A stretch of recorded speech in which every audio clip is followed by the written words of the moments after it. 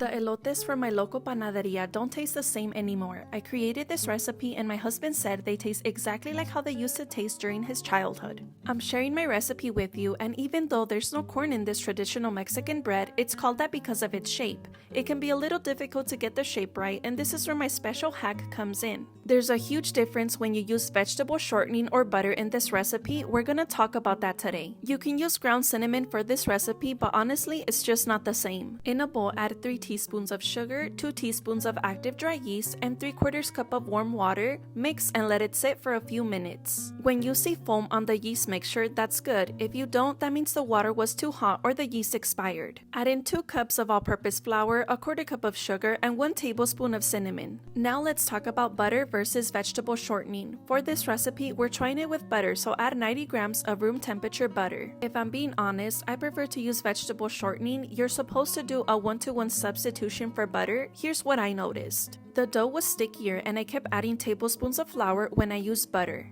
When I used vegetable shortening for this recipe, I only added 3 tablespoons of flour and it gave me a tacky but not so sticky dough. I ended up adding about 6 tablespoons of flour for the recipe with butter, add 1 egg, a generous amount of vanilla bean paste, knead the dough, and add a pinch of salt. Butter contains more water, which can make the dough wetter and more difficult to handle, so if you're using butter for this recipe like how I did, this is why it's very sticky. You can see the difference right here when I use vegetable shortening versus butter. Keep adding flour 1 tablespoon at a time until it's tacky but not too sticky. Cover the dough and let it rest for about 1 hour.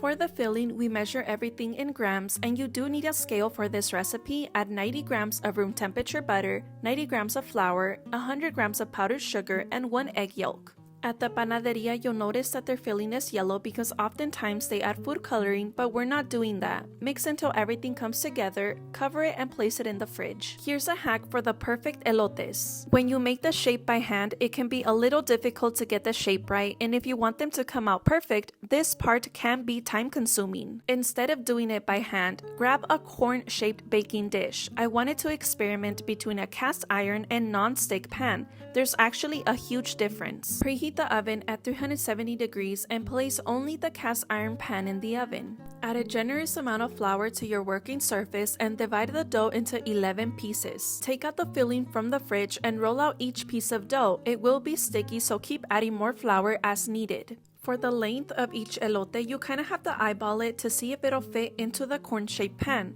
Roll the filling and place it in the middle. Now pinch the edges of the dough to seal them. Now that the oven is ready, take out the cast iron from the oven. Brush melted butter and place the dough, but be careful not to burn yourself. Add the elotes with the sealed edges facing up. Once you add all of the elotes, gently press it down with a spoon. You still want to brush the non-stick pan with butter. Add the elotes, and I honestly thought that the elotes inside the cast iron were going to be done faster, but it was actually the non-stick ones that cooked faster.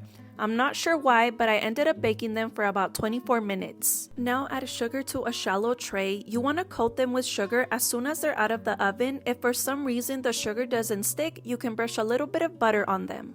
And that's it. I hope that you enjoyed this recipe.